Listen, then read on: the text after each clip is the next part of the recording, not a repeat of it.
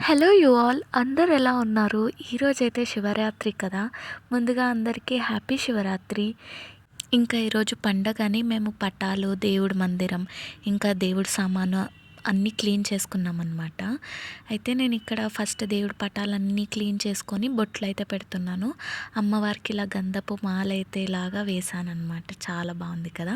ఈ వెంకటేశ్వర స్వామి పటం ఉంది కదా, వెండి పటము. ఈ పటము మా గృహప్రవేశం అప్పుడు మా శైలజ ఆంటీ గిఫ్ట్గా ఇచ్చారు.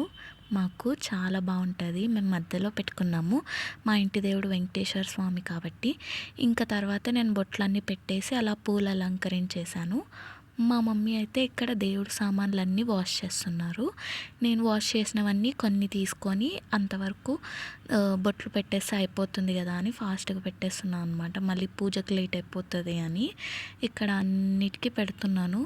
ఇదైతే ఇత్తడి చెంబు, చాలా బరువు ఉంటుంది, చాలా బాగుంటుంది. ఇలా నామం పెట్టేశాను. ఇది కామాక్షమ్మ దీపం. నాకు కామాక్షమ్మ దీపం అంటే చాలా ఇష్టం. చాలా బాగుంటారు కదా. గంధం బొట్లు, కుంకుమ బొట్లు అలా పెడుతూ ఉన్నానన్నమాట. ఒక్కొక్క విగ్రహం అలా తీసుకొని. ఇక్కడైతే నా ఫేవరెట్ శివుడికి కూడా అలా గంధం బొట్టు, కుంకుమ బొట్టు పెట్టేశాను. నెక్స్ట్ కృష్ణుడు.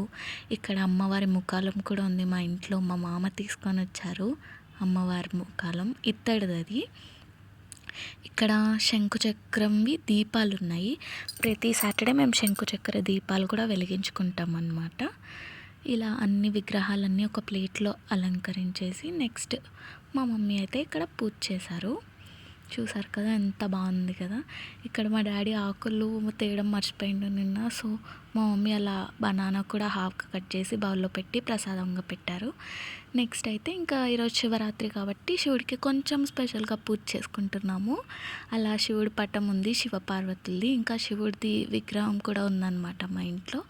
అలా శివుడిని పండ్లతో అలంకరించుకున్నాము ఈరోజు.